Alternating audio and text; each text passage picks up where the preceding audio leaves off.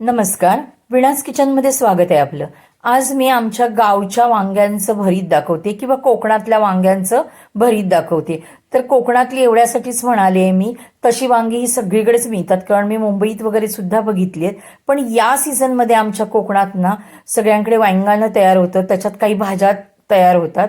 तर मुळा भाजी असते, पालेभाजी असते, वांगी, वाली या सीझनमध्ये येतात. आता अंगण्याची वाडीची जत्रा पण आली आहे, त्याच्यामुळे त्या जत्रेच्या टायमिंगमध्ये आमच्याकडे मोठी हिरवी वांगी येतात, खूप मोठी असतात. आणि त्याची भजी, कापं, त्याच्यानंतर भाजी ओली मिरचीची खूप छान लागते. तर ती वांगी सुद्धा आत्ता थोड्या दिवसात मिळतील आपल्याला. तर इथे वांगी बघा आपली कट करून झाली आहे. त्यानंतर वाटण बघा मी दाखवते तुम्हाला. तर कांदा, खोबरा, आला, लसूण आणि कोथिंबिरीचे देठ, मालवणी मसाला टाकते मी, हळद आणि चवीपुरतं मीठ, आणि आपण मिक्सरवर हे सगळं फिरवून घेऊया. वांगी आपली छान कट झाली आहेत. मी देठासहित पण कट केली आहेत आणि देठ काढून पण टाकलेत. देठ एवढ्यासाठीच काढलेत की आपला जो मीठ मसाला असतो तो देठात जातो. देठ थोडंच आपण खातो, तर मग ते सगळं वाटण आपलं किंवा जो मसाला असतो तो वेस्ट जातो. म्हणून मी काही जणांचे देठ पण काढून टाकलेत.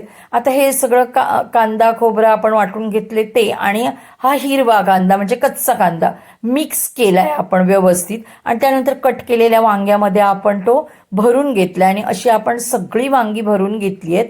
तुम्ही जर माझ्या चॅनेलवर नवीन असाल तर माझ्या चॅनेलला लाईक, शेअर आणि सबस्क्राईब करायला विसरू नका. आता आपण ना फोडणीची तयारी करूया. जर तुमचा नॉनव्हेजचा दिवस असेल तर ह्याच्यात जोला टाकलात तर हे भरलेलं वांग अजूनच अप्रतिम लागणार आहे. पण आज आपला खाण्याचा वार नव्हता, म्हणून मी साध्या आणि सोप्या पद्धतीने भरलेलं वांग केलेलं आहे तयार. तर फोडणीमध्ये बघा आपण इथे कांदा टाकलाय आणि सगळी वांगी आपण भरून घेतलेली त्याच्यामध्ये ओततोय. आणि त्यानंतर आपण ह्या ताटामध्ये ना मसाला राहिलाय, तर त्याच्यात आपण गरम पाणी टाकतोय. आणि याच्याच बरोबर मी थोडंसं गरम पाणी टाकते, कारण माझ्या जेवणात थोडं तेल जे असतं ना ते कमी असतं. तेल जास्त घातलं तर पाणी घालण्याची गरज नसते, वाफेवर पटकन शिजतं. त्याच्यामुळे मी पाणी टाकते थोडंसं त्याच्यात, कारण मी तेल जास्त वापरतच नाही. तर इथे बघा आपण जो मसाला होता तो पण ओतलाय आणि थोडंसं गरम पाणी सुद्धा ह्याच्यामध्ये टाकलंय. आता आपण ह्याला ना झाकून ठेवूया, ढवळायचं थोडंसं. आणि ते ढवळताना सुद्धा साईडसून ढवळायचं, असं मधीच ढवळायचं नाही. आणि इथे बघा मी थोडं गरम पाणी टाकून झाकण ठेवलंय. आणि त्यानंतर मी ना 2 ते 3 वेळा तळाला लागेल म्हणून खोलून बघितलंय. आणि तसंही वांग्यात पाणी असतं, त्याच्यामुळे वांग्याला पाणी भरपूर सुटतं.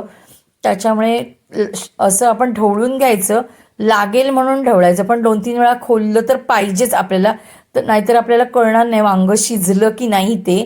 तर इथे बघा मस्तपैकी आपलं वांग शिजलंय आणि इथे असं आपलं मस्त भरलं वांग